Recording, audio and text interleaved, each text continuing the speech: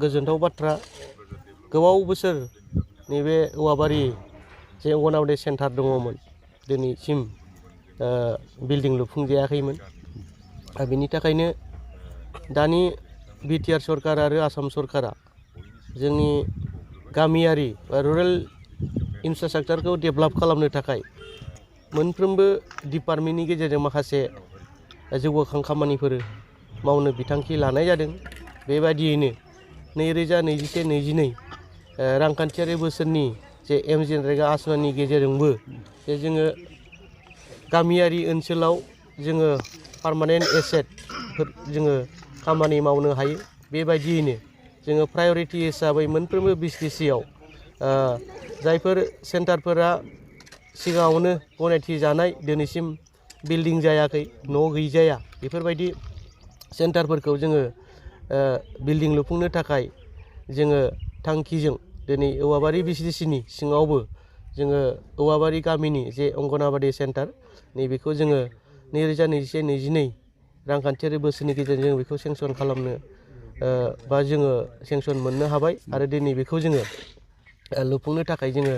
अन्थाइ खाम्फा गायसननाय जादों। खोब गोजोनथाव आसा खालामदों जोंनि गामियारि ओनसोलाव जायफोर जोंनि इयुन जोलै फंबाय बिनानाव फरायसा उन्दै उन्दै गथ'फोरनि जे मोनसे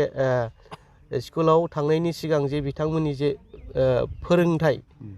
आखल आखु गियान जे फोरोंनो थाखाय जे मोनसे सरकारा जे अंगनाबादि सेन्टार होननानै जे थांखि लानाय जादों बे हिसाबै आसा खालामदों नैबे बिल्डिङा लुफुंजायोब्ला जोंनि नैबे औवाबारि थुरिबारि ओनसोलनि उन्दै उन्दै गथ'फोरा बेहाय स्कुलाव थांनायनि सिगां जे जों सोलोंनांगौ माखासे आयदाफारिखौ नैबे अंगनाबादि सेन्टारनि गेजेरजों मोजां जोङो सोलोंनो हागोन होननानै जोङो आसा खालामनो हायो आरो नैबे इयुनाव जोंनि बे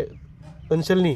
फरायसा फरायसुलि गथ'फोराबो जौगाखांगोन होननानै जोङो मिजिंथिनो हायो। बेसेबां दिनैनि अंगनाबादि सेन्टार नैबे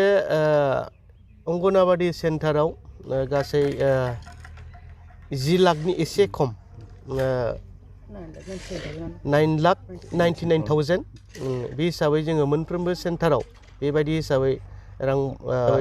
रांखान्थियारि बा जोङो बाजेट हमनानै सेंसन खालामनाय जादों आरो दिनैहाय बियो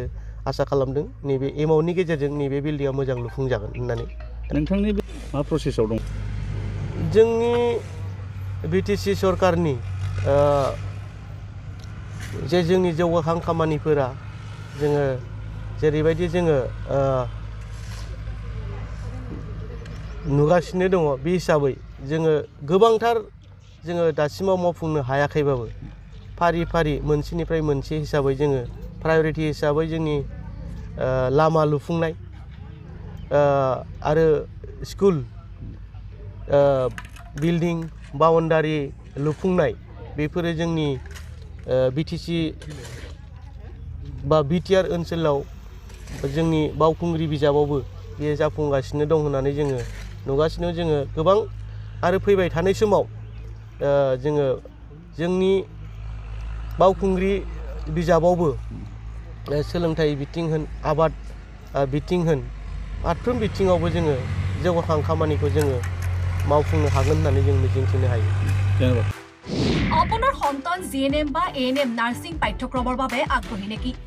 দৰিদ্ৰ সীমাৰেখা তলৰ মেধাৱী ছাত্ৰীসকলৰ বাবে সুখবৰ আনিছে কোকৰাঝাৰ ছেম কলেজ অফ নাৰ্ছিঙে 2 আৰু 3 বছৰীয়া নাৰ্ছিং পাঠ্যক্ৰমৰ বাবে আগবঢ়াইছে 50% ৰেহাই। এই সুবিধা লাভ কৰিবলৈ শীঘ্ৰেই যোগাযোগ কৰক 9854550697 আৰু 9854300175 নম্বৰত। যোগাযোগৰ অন্তিম তাৰিখ 5 মাৰ্চ 2022।